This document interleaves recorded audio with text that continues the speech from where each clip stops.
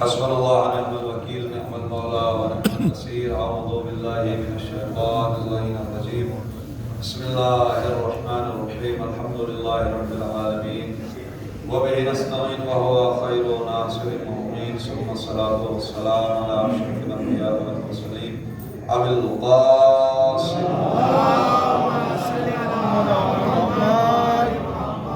وعلى أهل بيته الطيبين الطاهرين المعصومين الذين أمحوا الله وأرحموا الرجس وطهرهم تطهيرا.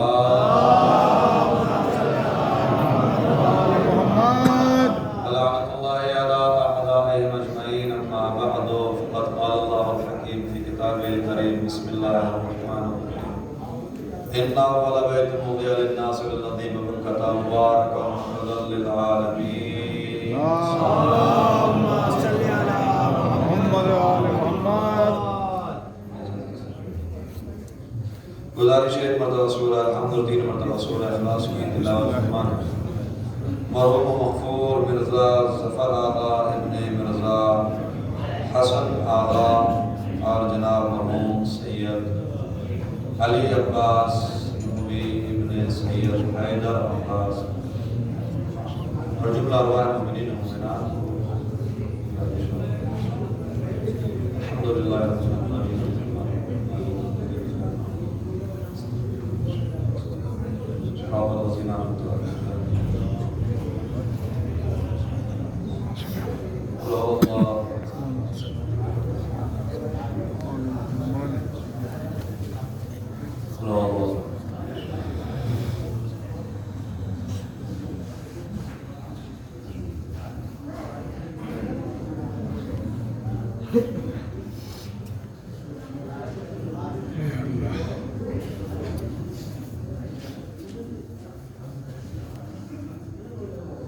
صلوات پڑھیں گا.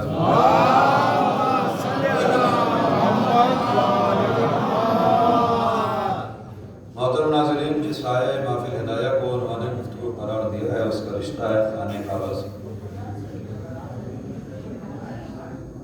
بیت کہتے ہیں عربی میں کعبے کو، بیت اللہ اللہ کا.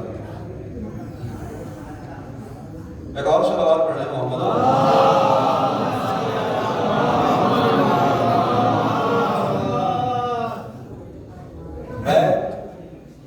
عربی میں گھر کو کہتے ہیں، دار عربی میں گھر کو کہتے ہیں.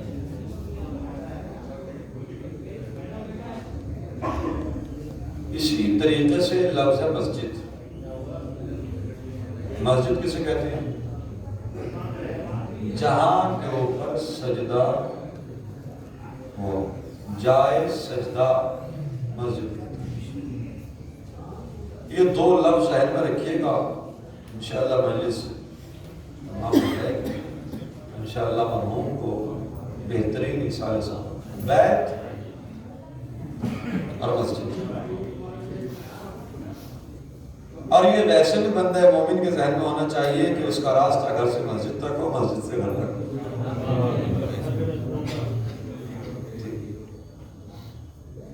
بہرحال ایک فرق بتا کے گفتگو آگے بڑھانا. عربی میں بیت یعنی گھر، دار یعنی گھر، دونوں میں فرق ہے. بیت ہے باتا یبیت و مبیت سے. اگر آپ عربی کے اندر جائیں اور وہاں جانے کے بعد میں آپ رہنے کے لیے ہوٹل تو آپ سے یہی پوچھے گا کم تبیت اللیلہ فی الفندق، آپ کتنی راتیں ہوٹل میں گزاریں گے؟ تبیت آپ رات گزاریں گے. باتا یبیت بیت، بیت اور دار. ہر گھر بیت نہیں ہے مگر ہر بیت گھر ہے. ہر گھر بیت نہیں ہے مگر ہر بیت گھر ہے. گھر کو کہتے ہیں دار اور بیت اسے اس وقت کہا جائے گا جب کوئی ایک رات اس میں رکے، سوئے، رات گزارے، خانہ کعبہ کو کہا جاتا ہے بیت اللہ، اللہ کا گھر۔ اللہ تو کہیں آگے رہتا نہیں، پھر اس دار کو بیت بنایا کس نے ہے؟ غور کر رہے ہیں؟ یقین جانیے اگر ذات امیر المومنین اور حضرت فاطمہ بنت اسد اس خانہ کعبہ میں نہ رہتے تو یہ بیت اللہ نہ کہلاتا۔ جس کے رہنے سے یہ بیت بنا اور رات گزارنے کی وجہ سے بیت بنا، اسے بیت اللہ، ورنہ اللہ رہتا ہے؟ نہیں رہتا۔ تو یہ بیت اللہ کہلایا مولا اور مولا کی والدہ کے صدقے میں بیت اللہ کا ایک۔ دوسرا کا لفظ ہے مسجد۔ مسجد کسے کہتے ہیں؟ جہاں کے اوپر سجدہ ہوتا ہو۔ آئے معراج پڑھی جس میں خداوند عالم ارشاد فرما رہا سبحان الذی اسری بعبدہ لیلا من المسجد الحرام الی المسجد الاقصی۔ میں ترجمہ کروں گا۔ پاک و پاکیزہ ہے وہ ذات کہ جو لے گئی راتوں رات اپنے بندے کو مسجد اقصی سے مسجد حرام تک۔ پہلی بات جو کہتے ہیں نبی کیسے چلے گئے؟ بھئی نبی نہیں گئے، اللہ لے کے گیا ہے، لہذا اللہ لے کے گیا ہے تو اللہ کی قدرت پہ شک ہو تو بولو۔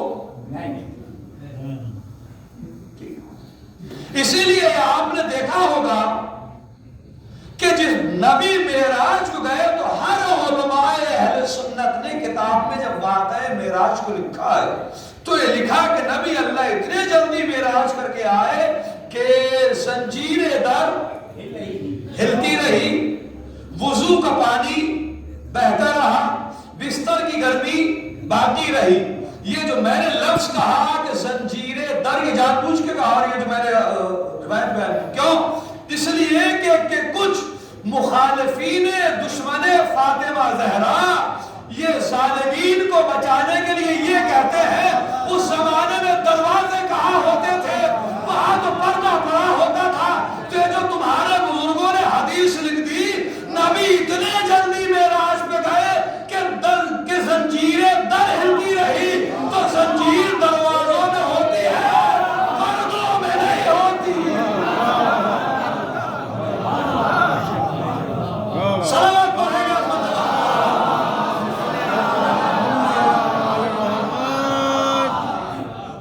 اس زمانے میں تو صاحب کہاں دروازے ہوا کرتے تھے، وہ جھوپڑی پٹی ہوا کرتے تھے، پاندے ڈال دیے جاتے تھے، تو یہ حدیث کو کہاں لے کے جاؤ؟ زنجیریں در ہلتی رہی، اس کا مطلب در ہوتے تھے۔ اس کے علاوہ جب نبی اللہ نے اللہ کے کہنے پہ کچھ دروازے مسجد سے بند کرا دیے، ایک دروازہ کھلا رہا۔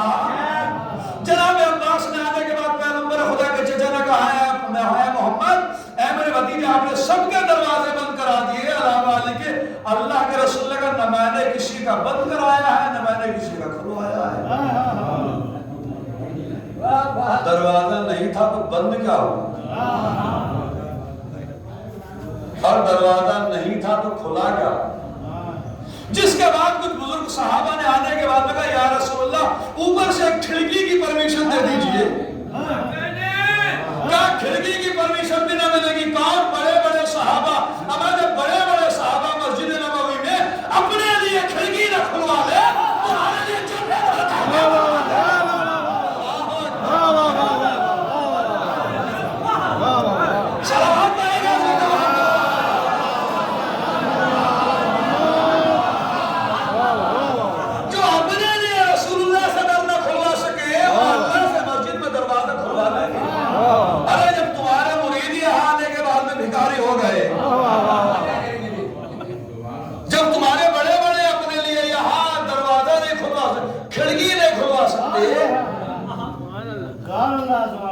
دوسروں کہاں لے کے جاتے بھائی؟ یاد بات نہ بھولے گا. یہ بیان تو ایک جملہ بیچ میں معترض رکھ دو. کہاں سے گئے نبی معراج؟ درے زنجیر در سے بات آ گئی تھی. مسجد اقصی سے. کہاں گئے؟ مسجد حرام. تو نبی پہلی بار جا رہے ہیں اور جانے مسجد حرام تک. نبی جا رہے ہیں پہلی بار اور جانا کہاں ہے؟ مسجد حرام پہ. تو مسجد جہاں سجدہ ہوا ہو چلیے فرشتے رہتے ہیں. چلیے فرشتے رہتے ہیں. انہوں نے عبادت کی. مگر جب نبی جا رہے تھے تو ہر مورخ نے واقعہ معراج میں لکھا کہ ایک جگہ سید الملائکہ نے بھی آ کے پڑاؤ ڈال دیا. یا رسول اللہ دنوتو انمولتن لحترقتو.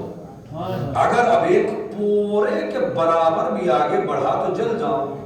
اس کا مطلب یہ ہے کہ ملائکہ کے سردار کی حد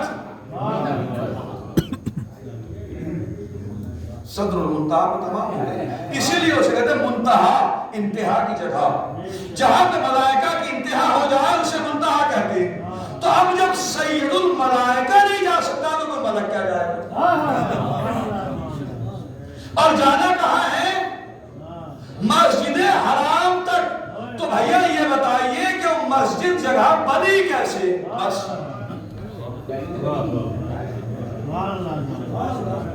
مسجد یعنی جائے سجدہ. مسجد کہلائے گی جب جب کوئی سجدہ کرے. اور سید الملائکہ جا نہیں سکتے اور اللہ کا قرآن غلط نہیں ہو سکتا. آیتوں سے سمجھئے گا فضیلت اہل بیت. اللہ نے کہا سبحان الذی اسری بعبدہ لیلا من المسجد الحرام الی المسجد الاقصی.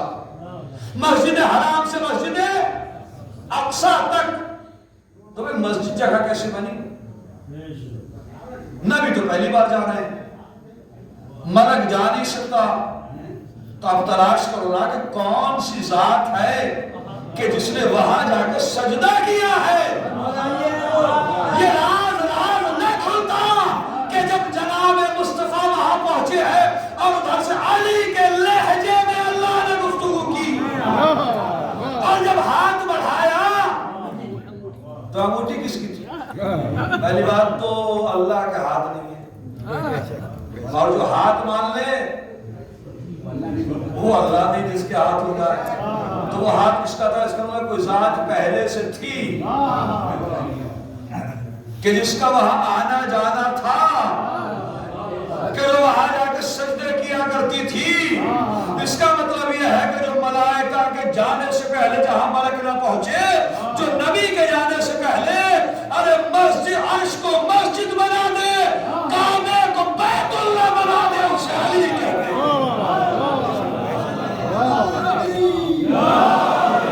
ایک اور سلام پڑے گا.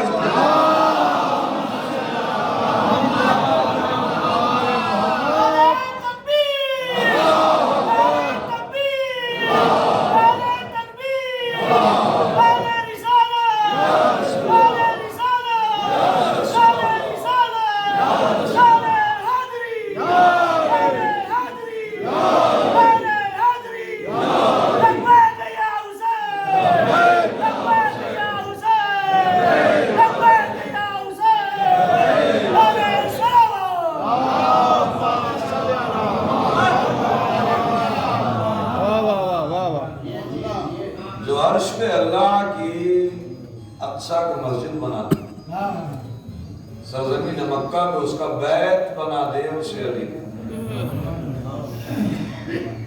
اسی لیے اللہ نے خانہ کعبہ کی جانب کو سارے مسلمانوں کے سر جھکائے. اسی لیے ایک عالم کے جواب ہے, وقت نہیں ہے. اسی لیے اللہ نے سارے مسلمانوں کے سروں کو خانہ کعبہ کی جانب جھکا دیا کہ سر غرور کو اٹھا کر چلنے والے مسلمان اپنی حیثیت پہچان. تیری حیثیت اتنی ہے کہ تو علی کے زچا خانے کی طرف سر چھکا ہے تو تیری عبادت نہیں. جس علی کے زچا خانے کا کمال یہ ہے کہ اگر امت ادھر سر نہ جھکائے تو نماز نہ ہو. اس علی کی عظمتوں کا کیا کہا؟ لوگوں کو تو بلا وجہ کا ان اہل بیت سے الرجی تھی اور وہ رہے گی، جن کا حسب و نسب پاک و پاکیزہ نہیں ہے رہے، اس لیے کہ وہ چاہتے انہیں یہاں بھی جلنا ہے انہیں وہاں بھی جلنا ہے، اور جو خود اپنی قسمت میں جلنا لکھوا لے تو اسے دوسرا بچا کے بھی کیا کرے؟ سلام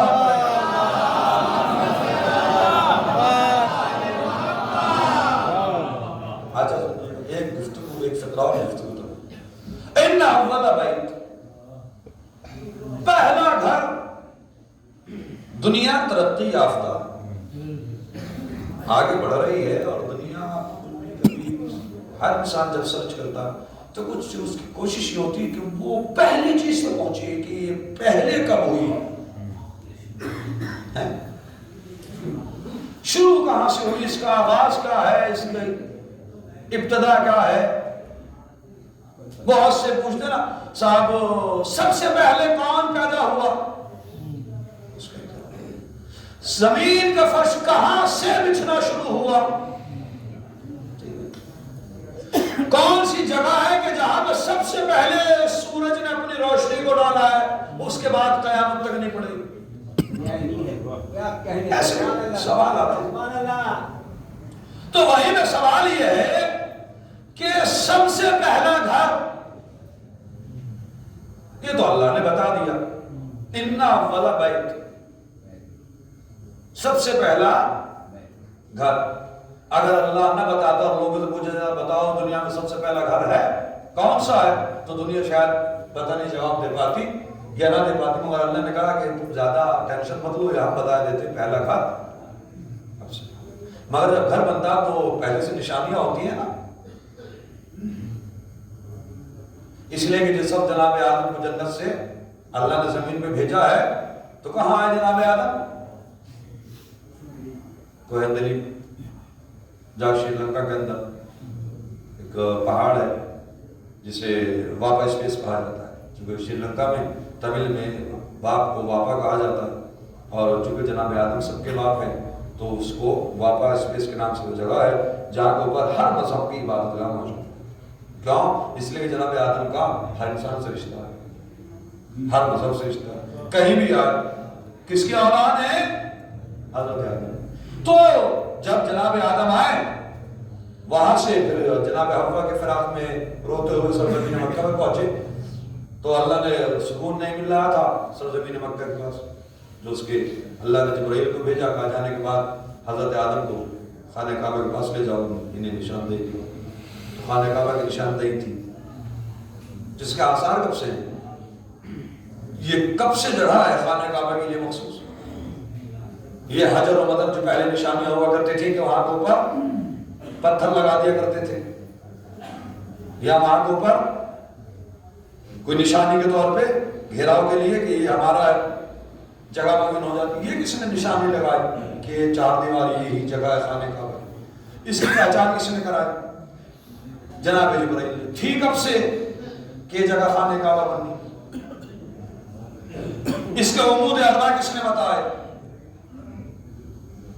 چوکور کس نے ناپی، نشانی کس نے لگائی؟ جب جناب آدم آئے تو تھی۔ سوال یہ ہے مختصر، ان اول بیت وضع للناس، کائنات میں جو سب سے پہلا گھر ہے یہ تو اللہ نے بتا دیا ہمارے آسانی کے لیے سب سے پہلا گھر ہے، مگر اس کی نشاندہی کرنے والا کون ہے یہ آج تک نہیں معلوم۔ کب سے اس کے آثار تھے، کس نے اس جگہ کو بتایا نہیں معلوم ہے۔ تو جملہ آسانی سے کہہ دوں، جب دنیا آج تک بیت کی حقیقت کو نہ سمجھ سکی تو اہل بیت کی حقیقت کو کیا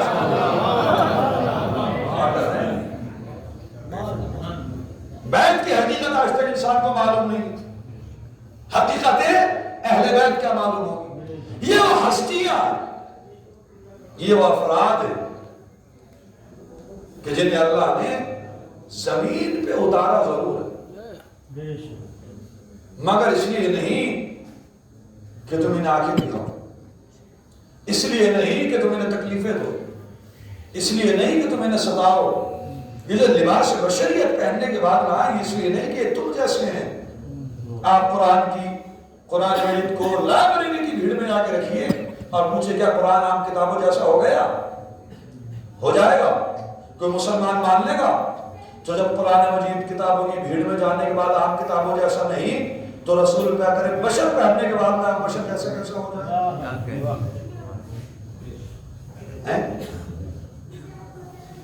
مرحلہ ہے جس وقت میں جناب گفتگو تمام کرو، جس وقت میں جبرائیل آیا آنے کے بعد جناب مریم کو دیکھے تمہارے یہاں بیٹا ہوگا، جناب مریم نے کہا مجھے کسی بشر نے نہیں چھوا ہے، تو جناب جبرائیل نے کہا میں اللہ کا فرشتہ ہوں، رسول ہوں، اور تمہیں اس بات کو بشارت دینے کے لیے مریم جیسی معصومہ جب جبرائیل رسول بن کے آئے لباس بشری تو نہ پہچانی، تو جب مریم جیسی معصومہ جبرائیل رسول کو نہ پہچان پائے لباس بشریت پہن لے تو عام بشر محمد مصطفیٰ کو کیا پہچانے کا؟ اگر بشر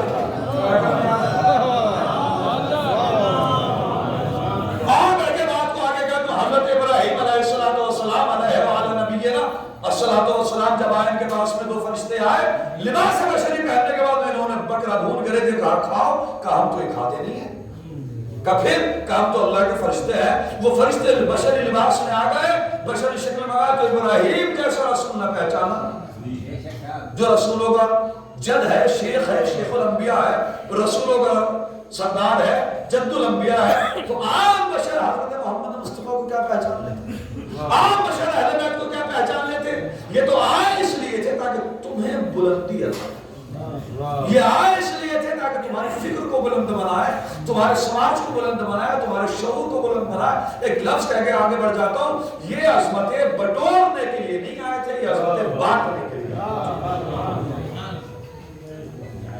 مگر ہم نے کیا سوچا، یہ مکے میں آیا تو مکے کو مکرمہ بنا دیا، یہ مدینے میں آ کے مدینے کو منورہ بنا دیا، یہ اشرف تھی، یہ وہاں پر کے نجف اشرف بنا دیا، یہ مشرق پہنچ گیا مقدس بنا دیا، یہ کربلا میں آ گیا تو اللہ بنا دیا۔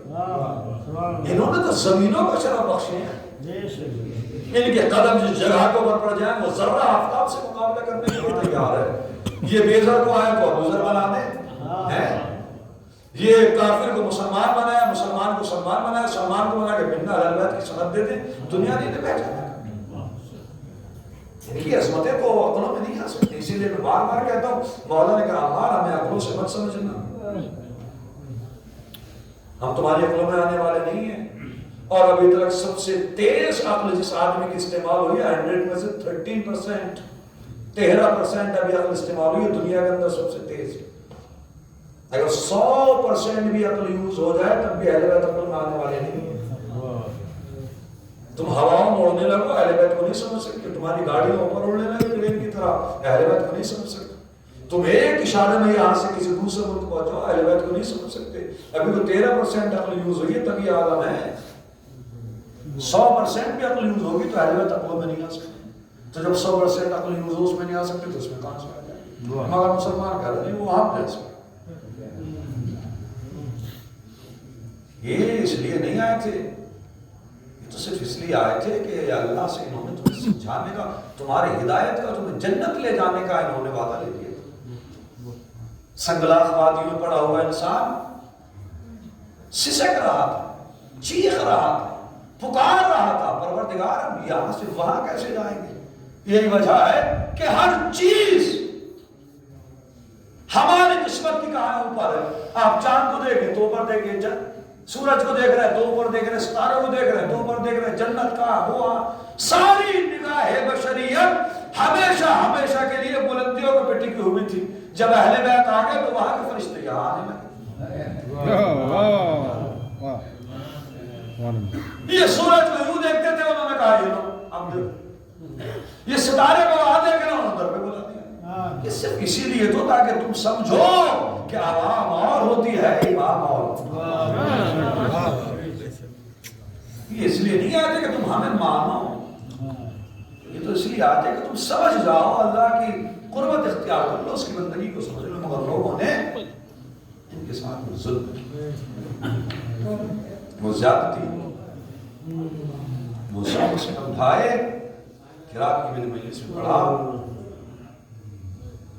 5 وہ ہستیاں ہیں جناب آدم سے لے کے صبح قیامت تک کہ جنہوں نے بہت زیادہ دنیا میں رہتے ہوئے گریہ کیا۔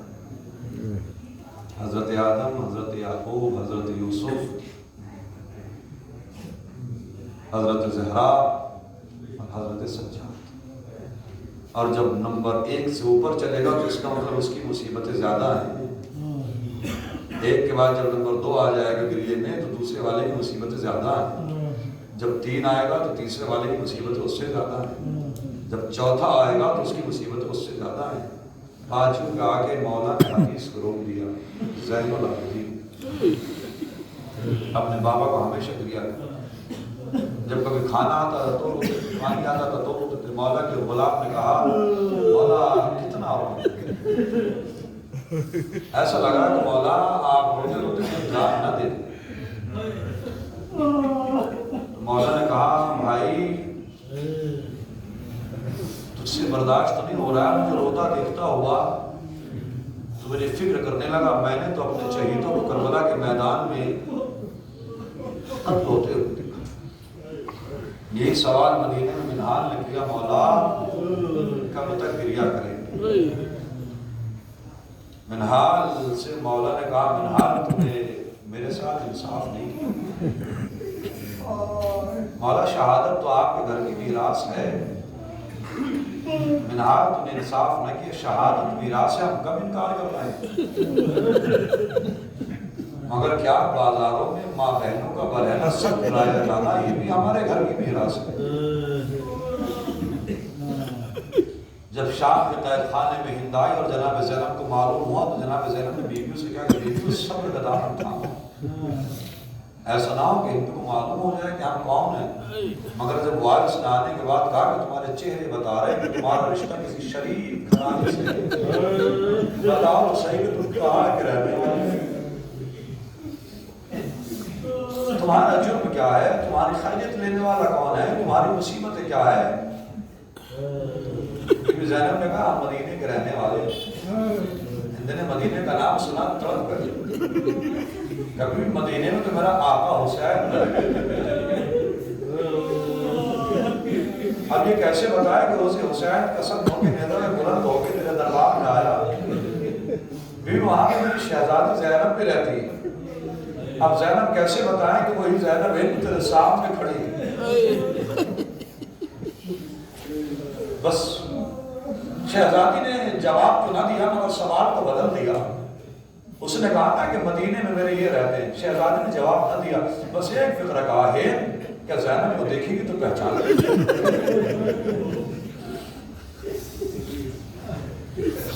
اب سوچیں کتنی بڑی غیرت کی ملکہ تھی جناب زینب. اور جناب زینب کی غیرت کا اندازہ اور عظمت کا اندازہ کنیز سے لگائیے.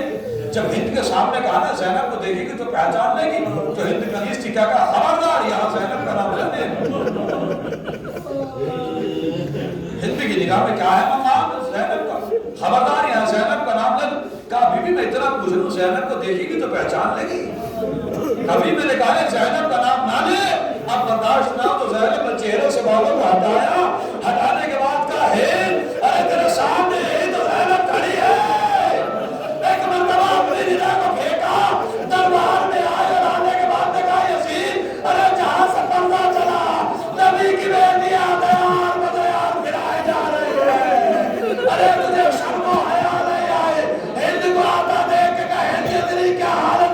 ارے تیرا حالت ایسے آگے تجھے افسوس ہو رہا ہے. مگر ہائے اولاد زہرا ارے جس کی ماں کا جنازہ شب کی تاریکی میں اٹھا. ارے اس فاطمہ کی بیٹیاں